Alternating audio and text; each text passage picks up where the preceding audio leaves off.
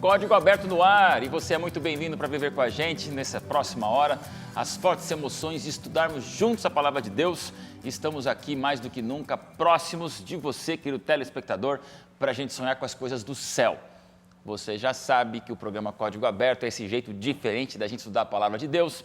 Agora já estamos da metade dessa temporada e já começamos a realmente viver esses momentos únicos, até de sentir falta desse povo aqui, porque a gente vai ficando toda semana cada vez mais próximos e vai vendo também a tua reação. Então entra lá no Face, deixa a tua curtição, dá um like com a gente, compartilha, posta no WhatsApp, mas acima de tudo dá pra gente o teu feedback do que é que você está achando e pensando sobre aquilo que a gente discute aqui.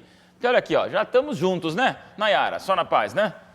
Tudo certinho? Só na Tão paz. tranquila que o microfone foi ficando Que no eu outro até canto, esqueci lá né? do lado. Vamos lá, Nayara. Vamos Tudo lá. certo? Tudo certo, graças a Deus. Então, tá Animada bom. para mais um estudo. Vamos nessa, né, Vamos pastorzão? Então aí, Alguma Pronto. novidade? Tudo na paz? tudo tranquilo. Pronto Tudo para mais tranquilo. uma emoção aqui do Código Então Aberto. tá, e aí, Ive? Já tô quase chorando, porque falta só um mês para terminar e ficou tão bom ficar aqui com Você vocês. quer ficar aqui mais tempo? Eu Pois quero. é, Pede pro Chapolin, eu vou ficar. Aí, Chapolin, fica a dica. Ive, para apresentar o Código Aberto aqui, ó. Não, nós somos. Não. Nem eu tanto, sou, nem. eu sou sua seguidora. Essa- Não.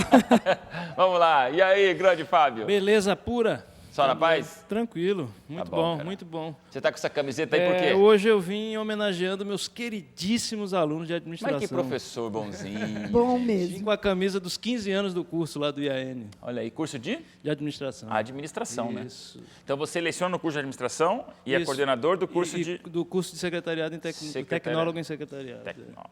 Que bacana. E é o pastor Jairo, 4 semanas com a gente, valeu, hein? Opa! Um mês aí de Jairo. Muito bom, muito bom. Tá valendo? Eu estava nessa época lá no IAN, quando começou, 98 por ali, eu estava. Nossa, eu me Jairo. lembro desse senhor, era um pouquinho mais magro, né? Mas 15 estávamos anos juntos. atrás você estava lá, cara, estudando teologia. Solteiro. Eu era mais magro que isso. É isso ainda, que eu ia perguntar, coisa ele era louca. mais? Nossa, Vamos dar uma carajé pra esse cara aí com suco de cajá, né? Só na paz, pastor. Tudo certo. Vai cantar aí junto com o Sidney, mais uma vez com a gente fica feliz. O programa está só começando e o assunto agora realmente é um dos versículos bíblicos mais especiais que eu acho que tem da Bíblia. Nós vamos fazer uma oração e eu já vou te contar por que esse versículo é tão importante para mim. Ive, ora pra gente. Querido Pai que estás nos céus, nós te agradecemos pela oportunidade de estudarmos a Tua Palavra, de estarmos aqui juntos. Que o Senhor nos habilite, abra nossa mente e que o Espírito Santo cale no nosso coração a Tua Palavra, afirmando a nossa fé. Nos abençoe, abençoe quem está conosco, cada telespectador, no nome de Jesus, amém. Amém, Senhor. Bom, Lucas 19:10, antes de ler, quero dizer para vocês por que ele é tão especial, porque vocês sabem que eu sou um pai parase, eu sou um pai coruja, eu amo minha filhota Thalissa, já está com 5 anos, quase uma pré-adolescente já nesse mundo de coisas precoces, né?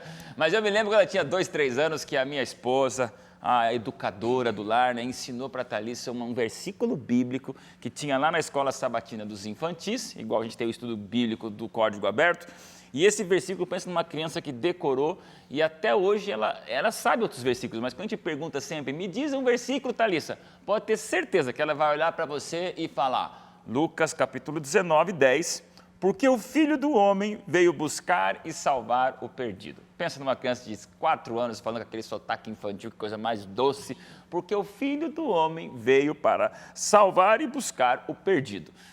Isso aí desde criança, pastor Marcelo, até as eternidades não caídas. Eu acho que se a gente pudesse resumir a Bíblia num slogan publicitariamente falando, né, é aquela mensagem, aquela marca, aquilo que você quer deixar na cabeça, aquilo que é para vender, aquilo que é para encantar, É seu pra cativar. posicionamento. É o posicionamento do Evangelho perante a eternidade, a função do plano da redenção.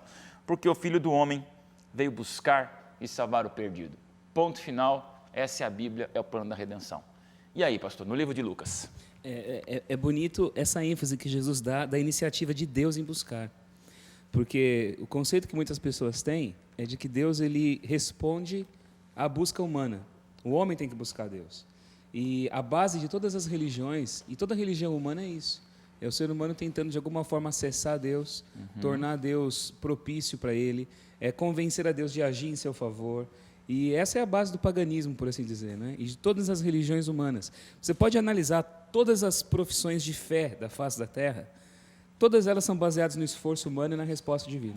É o homem Você tem fazendo. que fazer alguma Ok. coisa É para o homem encontrar fazendo, Deus. exatamente. O homem buscando, o homem realizando, o homem olhando para um Deus distante, para um Deus poderoso, um Deus capaz de realizar todas as coisas, um Deus que pode salvar, mas um Deus que precisa de alguma maneira ser tocado pelo desejo do homem para ele poder agir em favor.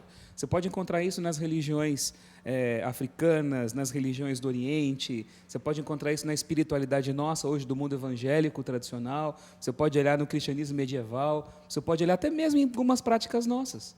A gente faz pensando que Deus vai agir em nosso favor. Tem muita gente que não faz jejum, tem gente que faz greve de fome, sabe? Eu não vou comer até Deus fazer alguma coisa. Ou então você faz os famosos votos, né? Algumas pessoas perguntam para mim assim, pastor, eu posso fazer um voto? É pecado fazer voto? É pecado eu não cumprir um voto? Porque as pessoas querem fazer alguma coisa para convencer a Deus. Há um tempo atrás aqui, eu conversando com uma pessoa que eu conheço, ela disse assim para mim, eu não tenho condição de fazer um jejum. Por quê? Porque eu não posso, fisicamente eu não posso, mas eu queria muito fazer um sacrifício para Deus, sabe? E Deus não É uma pede. penitência. Exatamente, exatamente. Agora Jesus fala assim, não, o Filho do Homem veio buscar. Vocês não tinham nem consciência da perdição de vocês. Eu acho que o maior nível de perdição é eu não ter consciência nem da minha própria perdição. Isso atesta realmente que eu estou completamente perdido. Porque se de alguma maneira eu tenho consciência do meu estado de distância de Deus e do grau da minha pecaminosidade, então eu já estou num processo de salvação. Porque essa autoconscientização já é um processo de salvação. Agora, quando eu não tenho nem consciência disso, quer dizer que eu estou completamente e irremediavelmente perdido. Aí ele diz, eu vim buscar. Desde o começo da Bíblia, é Deus chamando Adão, é Deus vindo atrás, é Deus se tornando homem, é Deus se revelando em Jesus, é Jesus buscando e salvando o perdido e toda a iniciativa partindo dele. E ele contou histórias maravilhosas no livro de Lucas, mostrando essa iniciativa de Deus, Deus indo atrás do homem, e o homem recebendo essa graça divina, e respondendo sim, afirmativamente ou negativamente essa graça, mas a iniciativa vem de Deus. Essa é a religião da Bíblia. Deus age e o homem reage. A iniciativa é sempre de Deus. Esse é o diferencial. O que isso significa para vocês? Eu acho interessante porque pro judeu daquela época, né, a religião era um fardo tão pesado, né, e agora você vê uma pessoa falando, não, eu vim buscar. É uma religião completamente diferente. E para a gente também é completamente diferente. Para mim, né? Às vezes a gente se enche de coisa e fica querendo por obras nossas resolver. É um problema de quem está em casa, é um problema meu, é um problema nosso, né? E a religião não é essa. Jesus veio para mostrar que a religião não é essa. A religião, ele vem buscar a gente. Saber que ele que veio me buscar, eu vou confessar, me deixa tão mais leve e tão mais tranquila e tira uma certa ansiedade da minha parte, Tira um peso das costas. tentando me convencer, não é nem convencê-lo, né? Me convencer de que eu deveria convencê-lo a me amar, a me aceitar, a fazer de tudo. Até porque vivendo neste mundo, dentro das esferas que nós convivemos, parece que é natural e pressuposto de convivência eu ter que convencer o outro, vender uma imagem, fazer de tudo para ser aceita. Então, saber que Deus veio me buscar a humanidade, me deixa leve. Deus é que vem atrás, não a gente que vai atrás dele. É diferente isso, né? Uma maneira forte de pensar. É fantástico também, porque hoje em dia a ciência moderna, até a filosofia, ela defende que nós estamos aqui por acaso, né? São criações ao acaso, sem propósito, e o quanto que é muito melhor acreditar, né, que nós estamos aqui por causa de um propósito, que nós temos um Deus que vem atrás de nós, né, que a gente tem um sonho da vida eterna, né, uma promessa de vida eterna. É muito confortador, né, diferente de estar aqui porque ninguém me planejou e estou aqui. Eu acho que hoje a maior dificuldade nem é o ateísmo, né? É o deísmo. O ateísmo nega a existência de Deus e hoje muitas pessoas veem pelas evidências que o ser humano foi feito para crer em algo, para se projetar para algo, para adorar algo. Hoje eu não vejo tanta dificuldade, é cada vez mais exíguo o número dos ateístas. Agora, o que cresce muito é o deísmo. O que é o deísmo? É Deus criou, se virou as costas, se larguem, agora vocês que se lixem. Isso é forte, uma maneira muito estranha de pensar, mas é como eles tentam responder o sofrimento, a dor, que as pessoas morrem, se tem terrorismo, se o Estado Islâmico está decapitando pessoas, se uma criancinha morreu porque o outro atropelou. Então Deus não se importa, Deus existe, mas não se importa. E é exatamente contra isso que a gente entra nessa semana fascinante, onde você vai ver algumas histórias, alguns milagres e uma das parábolas mais incríveis da Bíblia, mostrando que Deus se importa sim. Tanto é que existe um texto fascinante dessa escritora Ellen White, no livro Desejável de Todas as Nações, página 483, que diz, olha que coisa linda, o Salvador teria passado pela agonia do Calvário para que uma única pessoa fosse salva no seu reino. Você já pensou passar por toda essa tragédia da crucifixão por causa de um só? Esse é o amor de Deus. Pastora Dailson, sabe que eu também percebo dentro dessa sua colocação? Que então Deus está com todas as pessoas. Ele, como Criador, Ele está com todas as pessoas. Porque, às vezes, tem até um pensamento nesse sentido. Não, Deus não vai com você nesse lugar. Ou Deus, na verdade, não vai te acompanhar se você fizer isso. É como o pastor Marcelo disse. A humanidade nem sabia que estava perdida. E Deus, mesmo assim, permaneceu com a humanidade e desenvolveu um plano de redenção. Então, Deus está com todas as pessoas e teria vindo somente por uma pessoa que aceitasse esse convite. É um amor extravagante e generoso. Paulo fala, nele nós vivemos, nós nos movemos e nele nós existimos. Diz assim, nós somos reconciliados com Deus em Cristo. Agora, por favor, ele diz, eu rogo para que vocês se reconciliem com ele também.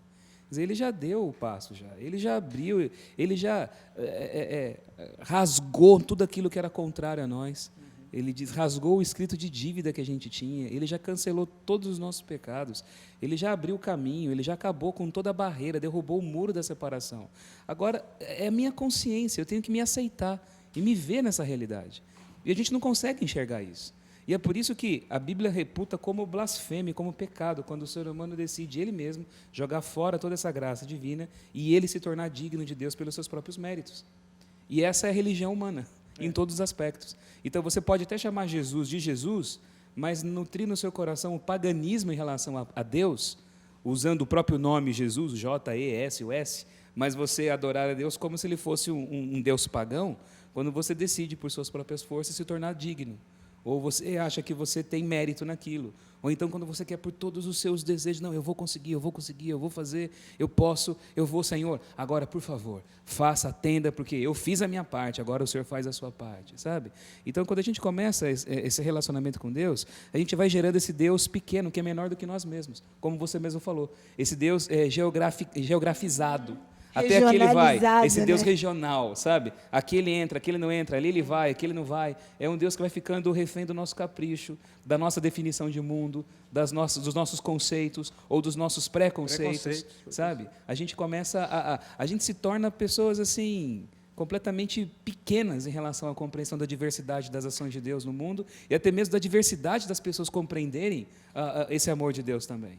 Agora, quando você entende Deus como esse que busca e salva o perdido, e que vem em nosso encontro, e que é presente em tudo, e que é o Deus da raça humana, e que ama o ser humano de maneira indistinta e indiscriminada, a graça é uma coisa tão grandiosa, você se torna pequenininho assim, perto desse amor, e você só tem que aceitar, eu não posso fazer mais nada.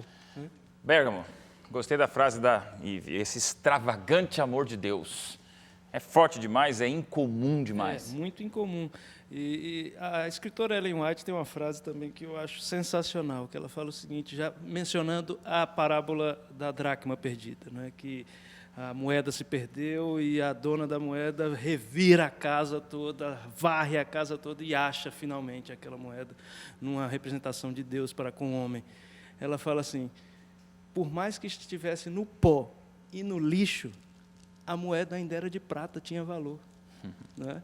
Refletia a quem ela pertencia, Pois via é, consigna, né? É uma amostra desse amor. A gente ainda vale muito para Deus. Então, Ele faz de tudo para nos encontrar. E aí a gente começa, pastor Jário, com a vitrine fantástica de ilustrações geniais que Cristo usou para dramatizar, e colocar de maneira muito intensa na mente daquela plateia. Até hoje, o amor extravagante de Deus, usando uma parábola que eu queria trocar, e você vai explicar por quê. Não é a parábola do filho perdido, mas é a parábola dos 2 filhos perdidos, né? Sim. Essa parábola é fantástica, né? Eu acho que se na Bíblia só essa parábola estivesse presente, nos evangelhos, já diria tudo o que é necessário, né? E no início da apresentação, Jesus ele está num contexto ali, ele não está... Enfim, ele está dentro de uma casa, parece que ele está dentro de uma casa comendo com pessoas que não eram bem vistas. Eu posso falar aqui? Só um Por minutinho. favor. antes de você falar, a gente tem que dar esse contexto, senão a gente perde. São 2 banquetes que acontecem em seguida, Lucas 14 e Lucas 15. No primeiro banquete, Jesus ele está na casa de um fariseu, cercado de pessoas religiosas. Seria como se almoçasse com os pastores hoje. Tá? E você vê Jesus tremendamente mal-humorado lá. Ele não está legal. Ele já chega, está todo mundo olhando para ele, todo mundo criticando ele, todo mundo de olho nele, ele olha todo mundo, ele senta no canto dele, diz todos os olhares atentos no que ele ia falar. E aí Jesus ele começa a agir de maneira como um convidado não agiria. Ele já vai criticando o dono da casa, ele já vai falando Ele chega, cura uma pessoa que está doente ali no sábado, um cara que tinha barriga d'água, ele cura ele e manda ele embora. Fala assim, meu filho, vai embora para tua casa que é melhor lá do que aqui. Ele fala assim, e ele já manda um convidado embora já. Ele senta na mesa e ele fica olhando todo mundo, começa a criticar aqueles que pegaram os melhores lugares. Ele já fala a respeito do fariseu. Quando vocês forem organizar uma festa, convida quem não tem condição de comer essa comida aqui, porque aqui vocês só estão querendo beneficiar uns aos outros, vocês só estão querendo fazer tudo aqui uns pelos outros só. Não é assim não. Chama quem é pobre, quem não pode. E você também, quando for convidar alguém para a tua casa, ele já fala para o dono da casa assim, Jesus está completamente mal-humorado aqui. Ele não está se sentindo bem nesse lugar. Esse é Jesus no banquete com o pessoal que era religioso, por incrível que pareça. Aí Jesus, é como o Jairo falou, por isso que eu até, desculpa, Jairo, interromper você aqui, porque Jesus dá um banquete na casa dele. Aí que está, ele está na residência onde ele vivia. E quando ele oferece o banquete dele, logo em seguida, Lucas 14, ele já chama para esse banquete publicanos, que nós falamos dos publicanos no nosso último programa aqui, prostitutas, gente que era da pior espécie. Ele chama todos os marginalizados da sociedade. Só que lá você vê Jesus à vontade com eles. Ele come, ele ri, ele conversa, e de longe você escuta aquele clima de festa na casa. Os religiosos, os nossos irmãos de igreja, né, os pastores ali, muitos, eles ficam indignados com isso. E eles estão do lado de fora da casa criticando a atitude de Jesus. Como diz o baiano, fica retado. Eles estão arretados do lado de fora, porque é Jesus agora que está oferecendo esse banquete, não é? E aí, quando Jesus percebe e sabe desse grupo do lado de fora, que estão ali criticando e completamente indignados, escandalizados, ele sai da casa e aí ele conta as histórias ali. Por isso que eu até falei do contexto aqui, Jair, que você estava começando a falar. Vamos lá, a produção autorizou espichar esse bloco para você poder falar, Jairão, mas valeu, é bom para a gente entender a moldura. Eu ia tentar contextualizar não tão bem quanto o pastor Marcelo fez, né? Mas, de fato, a gente tem que ter esse plano de fundo, porque aí a história tem um significado correto. No fundo, Jesus está dando um recado muito mais para o filho mais velho do que para os filhos mais novos, do que incluem todos nós, né? Nós todos somos o filho mais novo que se afastou de Deus, a raça humana está presente dentro desse contexto. Mas Jesus está dando um recado para aqueles que são de dentro, que deveriam ter uma atitude muito mais receptiva, muito mais tolerante, em relação àqueles que têm menos, teoricamente, aqueles que estão menos preparados, ou que sabem menos, ou que têm menos informação. E aqui não é o que acontece. O filho mais velho fica indignado, não aceita o fato depois de o pai receber o filho mais novo em casa, e a cena se completa na mesma posição, né? Imagina, Jesus dentro da casa dele com aquela festa, lá fora os fariseus murmurando, Jesus sai e fala para eles a história. Quando você vai no final da história, o pai está do lado de fora da casa conversando com o irmão mais velho, explicando para ele por que tem festa dentro da casa. Entendeu? Então, assim, a história termina exatamente onde ela começa. E é um recado muito claro para todos nós que temos conhecimento da palavra de Deus, porque uma vez que eu tenho noção do problema que ele resolveu para mim, que eu não tinha condição, a minha condição de pecador, e o presente que ele me dá todo dia através da graça, como é que eu posso apontar o dedo para o meu irmão e só porque ele sabe menos ou porque ele tem um comportamento que não está muito dentro do padrão, eu vou o expor, não vou aceitá-lo, vou colocá-lo do lado de fora? Não é isso. Jesus chamava essas pessoas para perto, porque essas pessoas precisavam. E a gente tem que tentar viver isso. Jairão, vou ser bem sincero com o telespectador. Posso ser e abrir o coração. Eu sou filho de pastor, casado com uma filha de pastor, tenho uma filha que agora é filha de pastor, e eu acho que a gente que acaba nascendo nesse berço de igreja, filho de cristãos, nasce no ambiente de cristãos, toda vez que eu estudei e li essa parábola do filho pródigo ou dos filhos pródigos, para mim me incomoda e me impacta muito mais o irmão mais velho. Porque eu acho que para a minha realidade, para muitos talvez que nos assistem aqui hoje, depois o pastor Marcelo pode contar um pouquinho que você veio de uma outra experiência, talvez você é o primeiro filho. No meu caso é o segundo filho que aparece na parábola, que é exatamente esse conforto perigosíssimo da gente achar que com o rei na barriga estamos automaticamente salvos, e aí vem um Zé Ninguém, miserável, cheirando porco, comendo comida de porco, o pai perdoa tudo, zera e diz vem, e isso incomoda aquele filho mais velho. Vou para um rápido intervalo, esse assunto vai continuar no próximo bloco, porque essa parábola dos 2 filhos pródigos, ela é fantástica no livro de Lucas, já já a gente volta.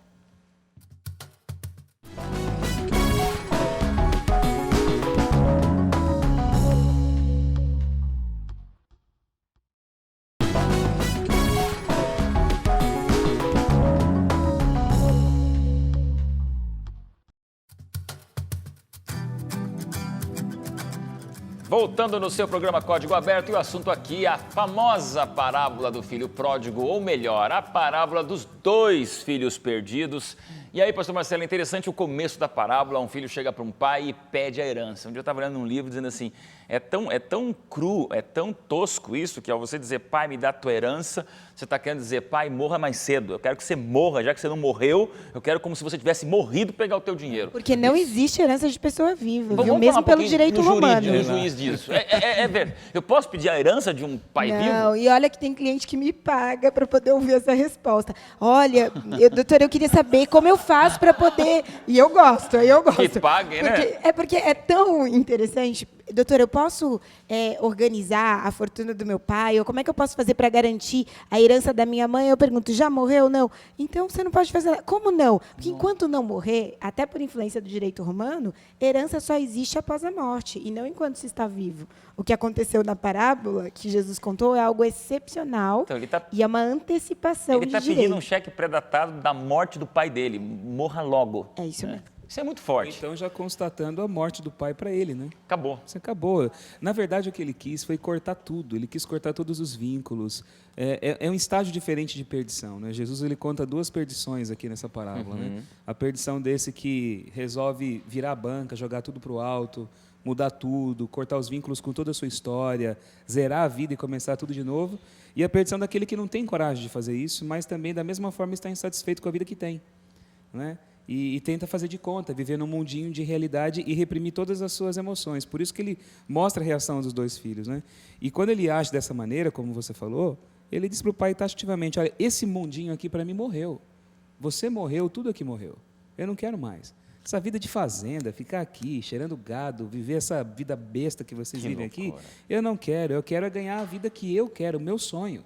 Eu quero ver lugares novos, eu quero pessoas novas, eu quero sentir gostos que eu não senti, eu quero ter gente que eu não senti, quero deitar em muitas camas, eu quero a companhia de muita gente, eu quero viver essa vida e aqui nessa fazenda eu estou perdendo a minha existência.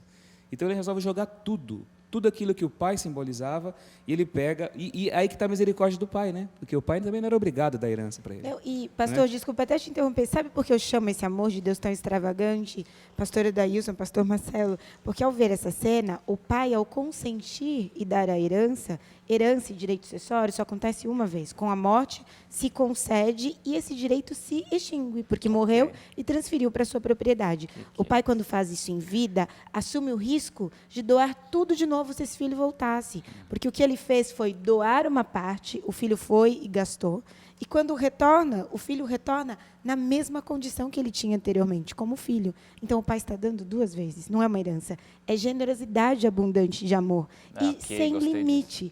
Isso eu achei extraordinário. Até porque ele não pede meia herança, ele pede a herança completa. É isso. Ele zerou tudo que o pai ele podia lhe dar por causa da morte. E agora, quando ele volta, não é nada de direito dele, é completa generosidade. Então.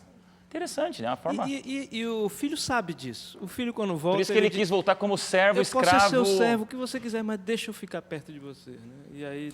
vem o pai e abraça ele, não, você é meu filho. É dramático, né? Um filho chegar, pensa aí, Nayara, você tem irmãs ou tem filho, né? Fico pensando assim, é dramático chegar assim e dizer, pai, mãe, me tratem como o servo que dorme ali na casinha dos fundos de vocês, mas ela é hotel 5 estrelas pro lixo de porco que eu estava vivendo. É absurdo. Ver um filho falar assim, não tem como, um pai que não resista, né, a recebê-lo de volta. E quando ele pediu a herança para o pai, a gente vê que não foi uma decisão de uma hora para outra também, né? A gente vê que foi uma coisa que ele foi acalentando ali, porque ele foi desejando viver as coisas de fora, né, ali daquela casa. Às Ele vezes um estava amigo vinha descontente. de longe e falava... Exatamente, ele conversava com alguém que descrevia, né, coisas boas do lado de lá. E é o que acontece com a gente também, porque muitos jovens aí, às vezes, né, querem viver coisas novas, né, querem sair da rotina da igreja, ou até da própria família, né, que é muito restrita. Então, na faculdade, vê todo mundo fazendo e ele não. Exatamente. Então, tem que cuidar também com as pessoas com quem os jovens, né, confiam e convivem, porque, às vezes, a influência externa faz com que ele faça algo que vai trazer sofrimento, como trouxe para ele. E olha, não podemos enrolar, não tem como dar volta, não tem nem como ser muito delicado ou gentil ao falar isso para você, jovem. Entenda de uma vez por todas, se você está assistindo a Novo Tempo agora, no canal aqui com a gente, e você está ligado e conectado, sintonizado com a gente, é porque Deus quer que você escute isso que eu vou te falar agora. Me perdoe pela força da expressão, mas você nunca vai encontrar lá fora o que você tem dentro dos braços de Deus. Você nunca vai encontrar no inferno o que você só acha no céu. E não me venha com esse papo, não adianta você querer dizer, pastor, eu preciso curtir a vida.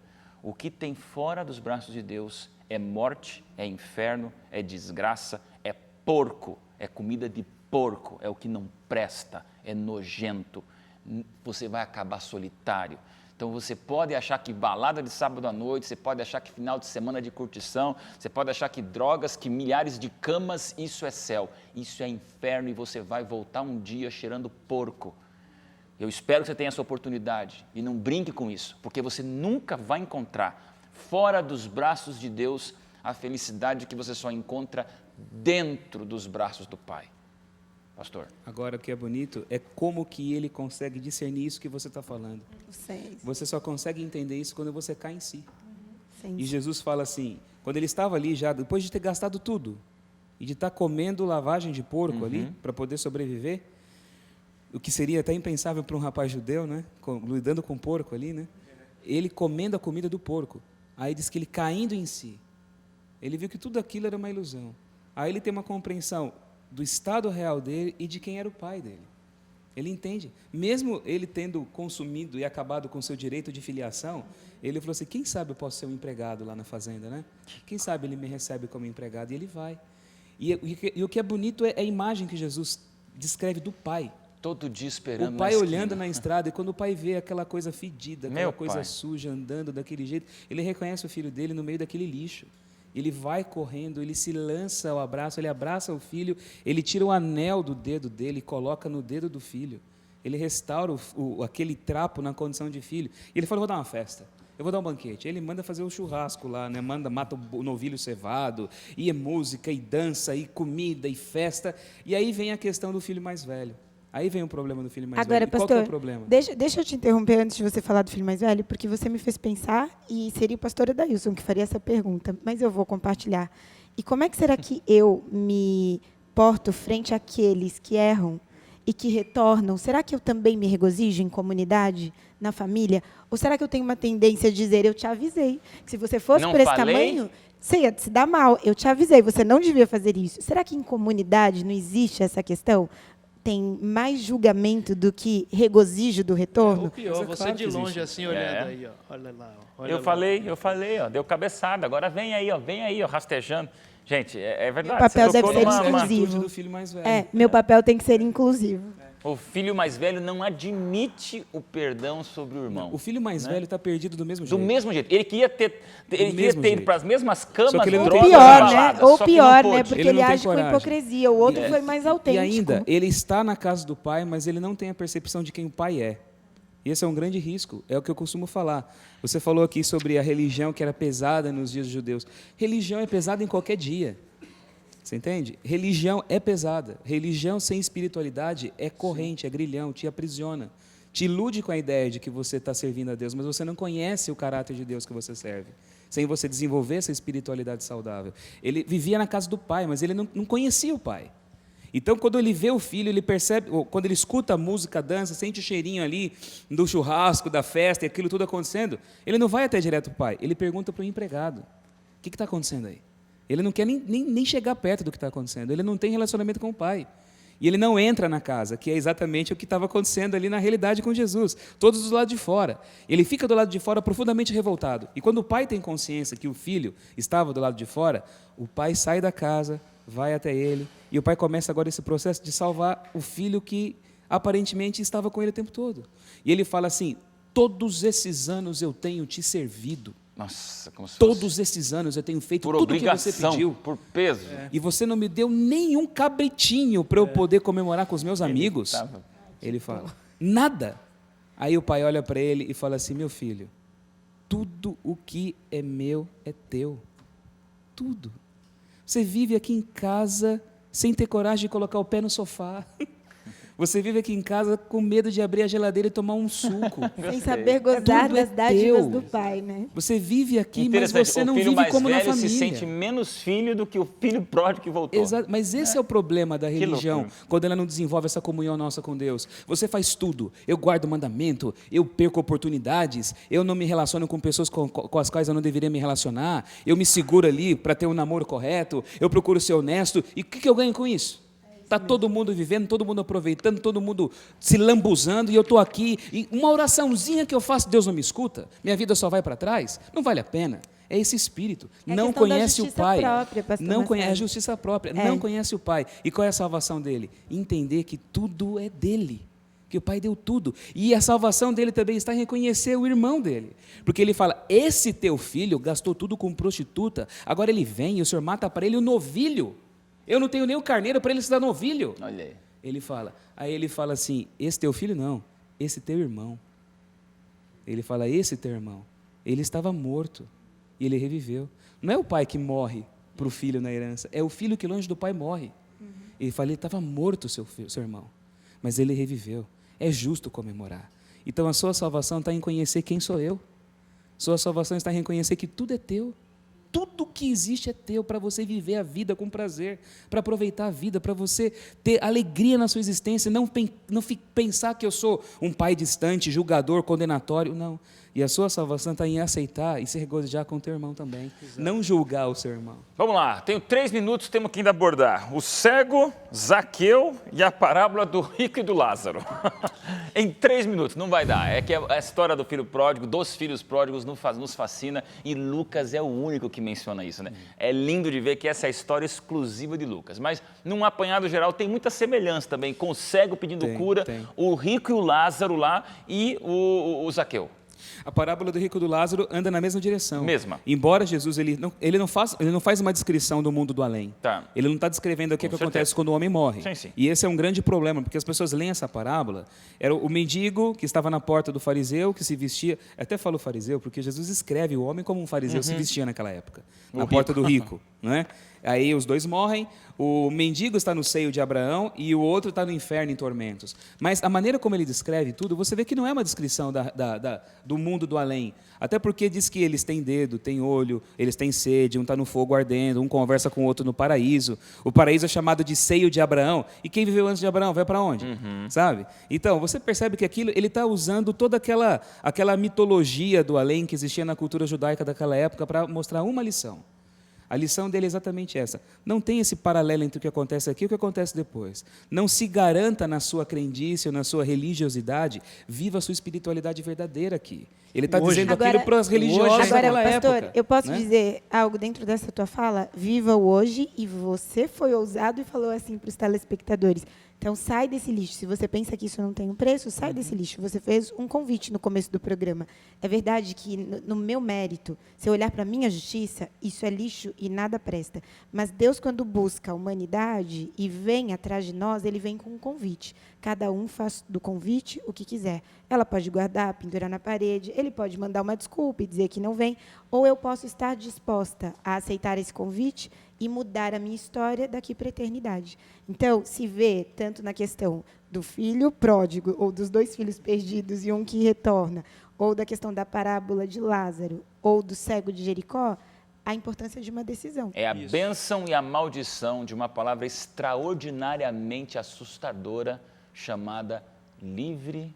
livre-arbítrio. E sobre esta, Deus se Todos impede têm de o decidir. livre-arbítrio e isso é encantador, porque mesmo Zaqueu, em 1 minuto, o que Zaqueu significa para vocês? Era um homem do mal, era um homem que tem subido numa árvore escondido para dizer, eu quero olhar. E Jesus vai lá e diz, eu vou comer com você, Zaqueu, 4 vezes. E a gente não acredita, né? A gente não acredita. É o que estávamos O ladrão do ladrão, era o lava-jato com o petrolão e o mensalão, tudo na mesma pessoa. A gente estava conversando aqui antes do programa começar. É um mistério, o amor de Deus é um mistério que olha para a gente nessas piores situações, né? É o Espírito Santo falando com a gente nessas piores dessas situações. É um mistério, eu não consigo entender, mas ao mesmo tempo eu amo esse amor. É uma coisa que eu não consigo explicar. É muito bom ter isso, é muito bom ter Jesus do nosso lado. É o nosso estudo que se mistura com desabafos pessoais da nossa própria experiência com Deus. Aqui nós temos Filho Pródigo 1, nós temos Filho Pródigo 2, nós temos entre nós aqui gente com experiência de Zaqueu, de cego, de rico, de Lázaro. A gente vive tudo isso, jovem. Você não é pior que as melhores pessoas ao teu redor, mas também você não é melhor que as piores pessoas ao teu redor. Aos pés da cruz de Cristo, a gente está tudo nivelado por baixo do pecado, mas por cima da graça de Deus. E é isso que nos faz nos animar e continuar. Rápido intervalo, vem coisa boa por aí ainda, música do Jairo e a nossa conclusão do estudo dessa semana. Já já a gente volta.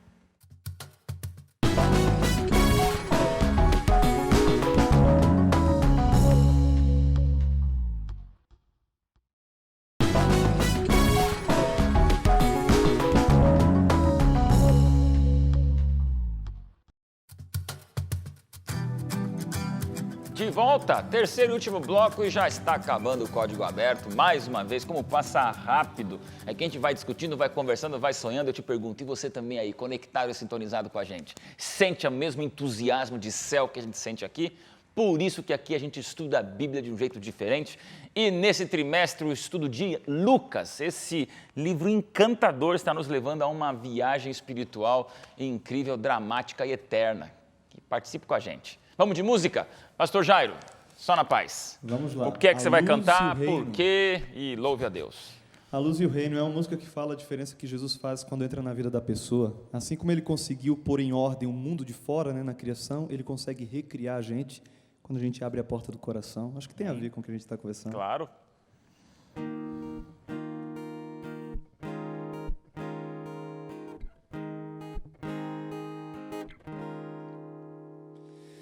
Mundo escuro e vazio,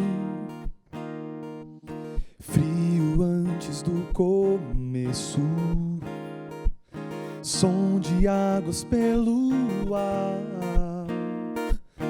ecoando sem destino, mas o Filho apareceu e do nada fez surgir a luz que invade as trevas e ilumina a alma e o mundo, transforma a vida e altera a história de quem viveu no escuro, fazer nascer o reino em meu coração.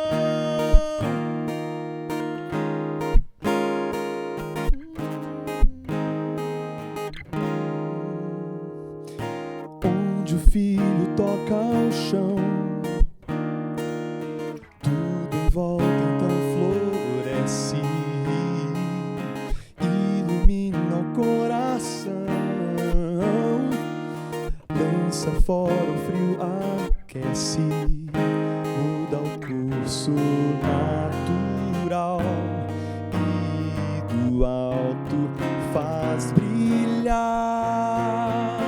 a luz que invade as trevas e ilumina a alma e o mundo, transforma a vida e altera a história de quem viveu no escuro, fazer nascer o reino em meu coração.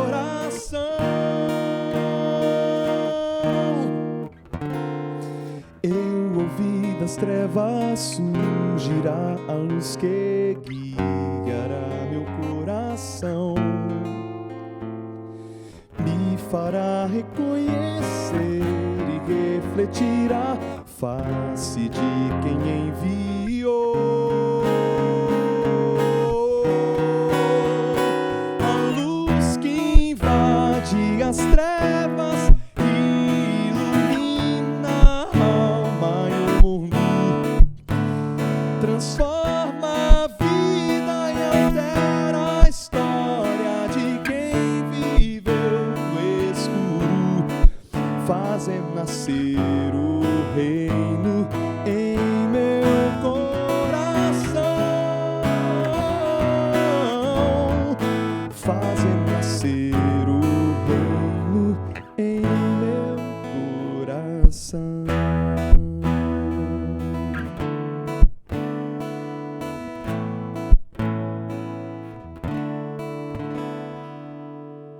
Bacana. Deus seja louvado. Valeu, pastor Jairo. Bom demais ter você, o Sidney, com a gente aqui, encerrando esse ciclo de um mês conosco, né? Participação em 4 programas. Deus abençoe muito, Jairão. Teu ministério de louvor no Arautos, de louvor como carreira solo e, acima de tudo, como pastor, para honra e glória do Pai do céu. Nós temos aqui um pouquinho mais de 10 minutos para acabar o programa e eu queria apenas jogar para vocês, temos ainda a história do cego Bartimeu. É complexo você entender que o mesmo Jesus que tratou o mendigo cego é o mesmo Jesus que tratou Zaqueu, de Zaqueu foi para Nicodemos, Nicodemos para a mulher samaritana, e nesses contrastes de Jesus ele atua com todos os filhos pródigos da humanidade. É muita variação social, provando que Jesus tem a generosidade de todos serem incluídos na sua graça. Vamos falar do cego Bartimeu. E aí? Eu olho pelo olhar do comunicador, do profissional de marketing para o cego Bartimeu. Poucos curados, eles são nominados, né, nos evangelhos, assim, o nome da pessoa, né? E Bartimeu é um deles. Então, as pessoas conheciam ele, era uma pessoa muito conhecida, aquele cego, o Bartimeu e tal. Só que, imagina agora, o cego, que era a marca dele, não é mais cego, né? Eu fico pensando, quando a gente é transformado pelo amor de Deus, a gente perde aquela marca antiga, aquela marca muitas vezes preconceituosa, de alguém chegar e falar, aquele fulano é aquele que fez isso, né? A gente é conhecido por isso. Foi aquele que apostatou de tal forma, aquele que fez tal coisa errada, né? Mas depois do amor de Cristo, muda. O que você acabou. falou é muito forte para um jovem, porque eu devo estar falando nesse momento para uma jovem que entra na igreja e talvez nem entre mais, porque vão dizer, está ali a menina que engravidou com 17 anos, está ali aquele cara com o braço todo picado de droga, aquela tatuagem ali prova a vida malévola que viveu, está ali aquele rapaz que roubou e ficou preso 12 anos na cadeia. Gente, nós nos reportamos a muitas pessoas por rótulos, e talvez estejamos falando agora exatamente com alguém rotulado por um pecado que fez mesmo. E não é dizer que não fez. E aí? Como diz o cego, eu era cego e agora vejo. Eu era cego, mas agora eu vejo. Essa questão de rotular as pessoas, essa é a lição da parábola do rico e do Lázaro. Aparentemente, um era o desgraçado, o outro era o abençoado, só que o céu vê de maneira diferente. Isso que Jesus quis dizer. Na questão aqui do cego de Jericó, o Evangelho de Marcos dá o nome nele de Bartimeu, né? Aqui em Lucas o nome dele não aparece. Lá ele é chamado de Bartimeu. Mas aqui a gente vê a fé que esse homem teve e como ele aproveitou a oportunidade. Deus salva, ele vem ao nosso encontro. Ele toma iniciativa. Todas as parábolas, as histórias aqui dessa nossa lição, desse nosso estudo, mostram essa iniciativa de Deus e a salvação que é oferecida de graça. Mas a gente tem que buscar a oportunidade. Desculpa, pastor, deixa eu jogar a linha na fogueira. Você falou que Deus busca, mas nessa parábola, claro que Jesus sabia o nível de dureza que ele podia atuar, mas dá a impressão nessa parábola que Jesus está seguindo o caminhozinho dele. Eu tenho que ir lá, tenho que bater meu ponto, tenho que falar, tenho que pregar, eu tenho que curar lá dentro da cidade, mas não fora, estou no meu caminho. E um homem gritando, Senhor, tem misericórdia de mim, Senhor. Me dá a impressão aqui que é um pouquinho de contraste desse Deus que busca para um cego que diz, por favor, eu estou te pedindo, e Jesus seguindo reto. E Zaqueu também, Zaqueu estava no caminho Não é também. estranho Pastor, isso? Mas e dentro dessa tua questão, sabe o que eu me peguei a pensar quando estudei esse milagre do cego de Jericó?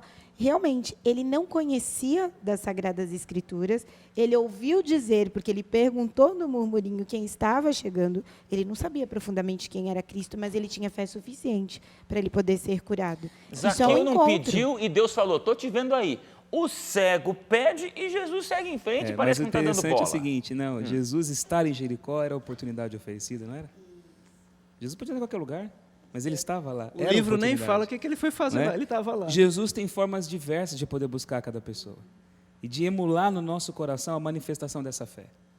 Entende? Legal. Ele estava ali exatamente dando essa oportunidade para esse cego. Era a última viagem de Jesus para Jerusalém. Ele nunca mais voltou em Jericó. Nossa. Foi a última vez que ele passou lá. E Jesus, ele, quando leva um cego para ele, aí vem uma outra coisa também que é absurda, né? Jesus olha para aquele homem cego e faz uma pergunta ridícula. Eu sei, sim. Né? Qual que é a pergunta que Jesus faz? O que você quer que eu te faça? Gente, Isso, tem desculpa, humor na mas isso Bíblia. é ridículo. Tem humor, Mas porque É não tem poderoso. como. Eu sei. Assim, olhando de fora, Sim. é absurdo. Sim. Mas só pode fazer uma pergunta dessa quem conhece a natureza humana como Jesus conhece. E quem tem Porque poder nem pra todo mundo realizar, quer aquilo que precisa. Quantas vezes nós buscamos aquilo que não é necessário para nós? Quantas vezes nós sacrificamos a nossa vida por aquilo que não é a essência da nossa real necessidade? Quantas vezes a gente coloca sonhos para nós que não são aquilo que de fato traria para a gente a nossa realização maior? Jesus olha e fala, o que você quer que eu te faça? E, pastor Marcelo, imagina as pessoas que estavam ao redor assistindo. Aquele foi um encontro super profundo, em segundos, mudando a vida daquele cego. Talvez as pessoas tenham olhado e não tenham tido a mesma ousadia de fé que o cego teve. Mas esse encontro que aconteceu de Jesus com aquele cego é o encontro que pode acontecer comigo, com você que assiste, com qualquer pessoa. Porque a oportunidade é a mesma. Exatamente, a oportunidade é a mesma. E aí ele fala, eu quero aquilo que realmente eu preciso, eu quero ver. E aí o milagre acontece. Então, Jesus ele precisa realmente, muitas vezes, fazer essas perguntas ou criar essas oportunidades para que a gente tenha consciência do que de fato eu necessito e do tamanho da minha perdição, porque eu também não tenho essa consciência do que de fato eu quero. Tem muita gente buscando Deus ou buscando suprir a ausência de Deus na vida com muita coisa vã, como você mencionou aqui. Não é? O caso de Zaqueu é a mesma coisa. Zaqueu ele tinha esse rombo na alma, embora ele fosse um homem rico e tinha muita coisa, mas o que ele necessitava e desejava ele não tinha. Na última passagem de Jesus por Jericó, ele aproveita a oportunidade. Jesus olha para ele e fala assim, olha, eu vou na tua casa, tá? E leva lá um monte junto com ele para comer Zaqueu também. nem convidou, não é? né? Que loucura. Não, Jesus se ofereceu. E quando Jesus está ali no banquete, ele fala assim, olha, se eu roubei, eu vou pagar 4 vezes mais, eu vou devolver, eu vou fazer tudo aquilo, muito mais do que eu poderia fazer, porque agora eu estou sentindo o real estado do meu pecado. Jesus olha e fala assim, salvação entrou nessa casa, porque esse homem também é filho de Abraão. Ele fala assim, ele é tão judeu quanto qualquer outro aqui, porque a salvação entrou aqui agora. Oportunidade. A gente não pode perder essas oportunidades. Essa conversa nossa aqui, esse bate-papo, talvez pode estar chegando para alguém aí em casa, certeza. como uma última oportunidade. Não porque você vai perder sua vida amanhã, não estou sendo drástico assim, mas pode ser uma última oportunidade de Deus para poder alcançar o teu coração, te conscientizando da sua real necessidade. A gente pensa que necessita de prazer, necessita de estímulo, necessita de riqueza, de dinheiro, necessita viver como pródigo, necessita ter o alcance da realização dos meus sonhos materiais, como Zaqueu tinha, necessita de viver uma série de coisas, ou até mesmo uma vida religiosa ali, certinha, é o que eu estou precisando, mas você precisa de ter essa experiência viva de Deus, como o irmão mais velho não tinha, de ter essa consciência da sua perdição, como o filho pródigo não tinha, como ele teve, como o cego teve, pediu o que ele necessitava. Quando isso acontece e se instala dentro de nós, como consciência mesmo, a salvação entra, Amém. a vida muda. O pastor começou o apelo e agora vocês vão tudo junto. Nayara, olha para aquela câmera ali e fala para um jovem que está nessa dúvida, ou se sentindo filho pródigo 1, filho pródigo 2, ou é o cego, ou é o Lázaro, ou é o Zaqueu. O que você fala para um jovem? 30 segundos. Eu vou falar para um jovem que talvez se sinta como Zaqueu, porque Zaqueu ele era cego espiritualmente. Ele estava fazendo algo errado, né, que era cobrar impostos além da conta, mas acho que ele não tinha ele não sabia realmente o tamanho do que ele estava fazendo de errado. Mas com a presença de Jesus ali, ele pôde reconhecer o pecado dele. Então, a gente precisa analisar o que de errado que a gente está fazendo. O que a gente está precisando mudar realmente, encarar de frente. O que você está precisando. E só com Jesus você vai conseguir realmente enxergar isso e ser transformado por ele. Amém. Ive, olha, nessa lente aqui, dá o teu recadinho para o jovem que está na dúvida de se entregar ou não para Jesus. Então, faz uma autoavaliação e veja o que pode estar atrapalhando o espaço do seu coração para que Jesus seja a sua maior necessidade.